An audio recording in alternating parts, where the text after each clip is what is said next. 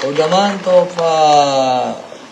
January, hindi nyo pa nakuha yon kasi wala pa yung corresponding cash amount. And this month, makukuha nyo na including the differential for the month of January, 350 a day.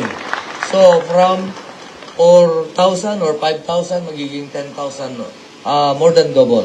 Okay?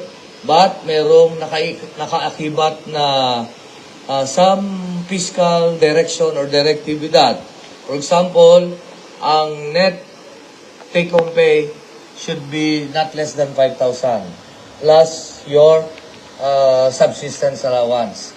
And now, of course, nakasabi doon, 5,000 net take-home pay and except ang subsistence allowance. So, may iwan yun na about 15,000. Hindi nyo pwedeng i-loan yan. Okay? Hindi nyo pwedeng i-loan.